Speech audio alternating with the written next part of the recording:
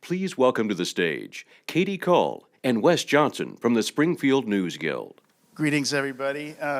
As I drove up here through this wonderful snowstorm to talk about our union, I'm reminded that we need to keep our eyes on the prize, and that's that in 55 days, spring starts.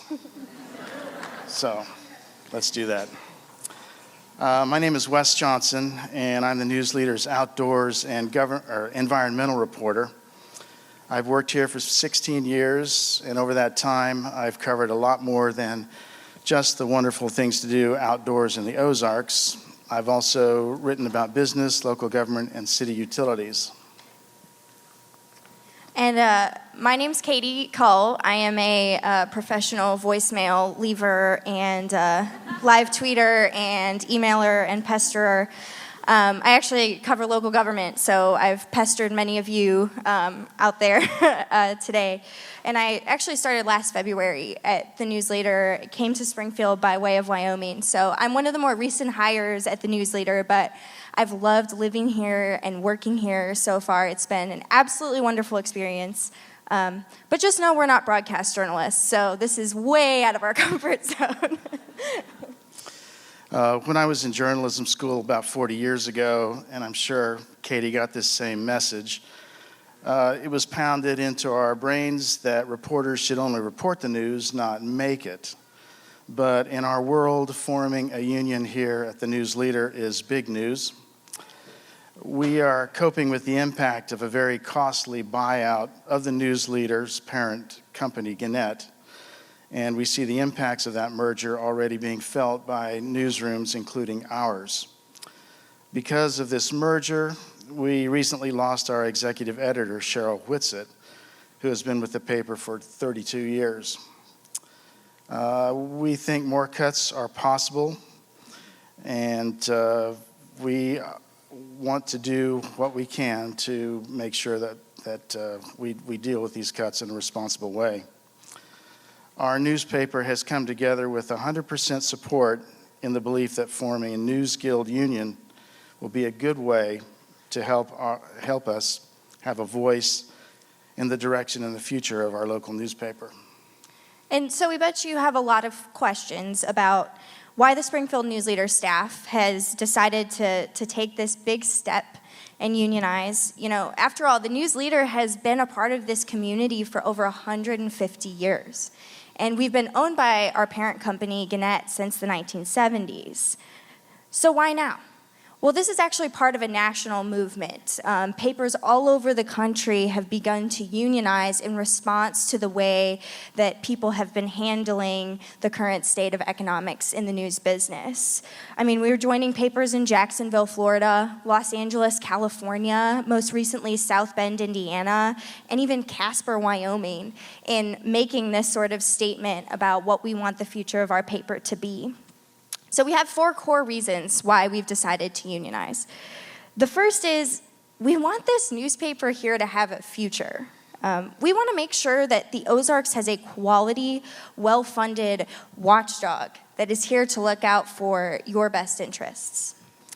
We also want local reporters and staff to have more of a say in how many resources are sent to our paper and how they are used. Right now, we did not have a direct line of communication between ourselves and the people who write our contracts and make us offers. We also want to be able to negotiate for fair wages. You know, some of our most tenured reporters haven't had any sort of raise, not even a cost of living adjustment in the last 5 years. We aren't naive. We know that cost-cutting measures have to be taken sometimes to meet the bottom line. I'm sure as you all in the business world do too. But we do think that if cuts must occur, we should get some advance notice and some fair compensation, rather than a phone call to go see HR before you come into work, or get a tap on the shoulder when you arrive to do your job. You know, this newspaper, contrary to kind of the doom and gloom that we've just described, it's already thriving. I mean, really, like, each month we write an average of 275 to 325 bylined stories. And what that means is people like Wes and I go out into the community, we go to meetings, we make phone calls, we go through documents, and we write these stories. And so that averages out to about 75 stories a week. But like last week, we wrote 90. That's 10 reporters writing 75 to 90 stories each week about things going on in this community. And that averages out to around 3,600 bylined stories each year. You know, there's a common saying among journalists that it's our job to bear witness to history and great events. And that's really what we try to do here. You know, when a duck boat capsizes, we get the exclusive video of that happening. When a tornado hits, we'll have a dozen stories online and in the paper about the impacts of that on our community. And, you know, when something really important happens, like an 11-year-old from Lamar kills a 22-point buck with his grandpa's gun, we have news about that too. But if we don't do something, that won't continue. When I started at the News Leader 16 years ago, the newsroom was at least 5 times bigger than it is today. And over time, we've slowly lost staff and outsourced different newspaper functions, like designing our print product to centralized hubs. I can speak that it's disheartening, some of the things that we've had to go through. One a few years ago we called the Hunger Games, where management contacted us and said, all you reporters, you have to reapply for your jobs, and whoever doesn't make the cut, you're out. I think we lost 2 or 3 reporters that way. You know, but this is our way of saying enough is enough. I mean, we want this newspaper to be here for the long term. We know, and we are repeatedly told, that the News Leader is one of the most profitable newspapers in the entire company. And yet, you know, we're having to bear the brunt of multiple rounds of cuts while the company recycles top management, kind of getting us the same ideas that we've had before. This is our idea. This is our way of saying that we want this paper to exist and we want journalism in the Ozarks. We want quality local journalists to stay in the Ozarks. We want to recruit and maintain the people who have the institutional knowledge to know what it takes to put out a great paper. We already have an amazing team of dedicated people who write the news every day. Some of them you will probably recognize their names: Claudette Riley, who is a star education reporter; Harrison Keegan, who writes all kinds of police stories. It's not a long list, believe me. Greg Holman, who is our investigative reporter but has latched on to the medical marijuana issue. He breaks those stories all the time. Austin Hughley, who spends half the year in Jefferson City writing about local delegations and how state law affects us in the Ozarks. Steve Pokin, I think some of you may have heard of him. He's our answer man who answers questions and writes columns that people ask him to do. Wyatt Wheeler, he is a one-man sports newsroom. It's amazing what this guy does. Very young reporter. Jackie Riewald, she's one of our veteran reporters who covers poverty, homelessness, and its effects on our community.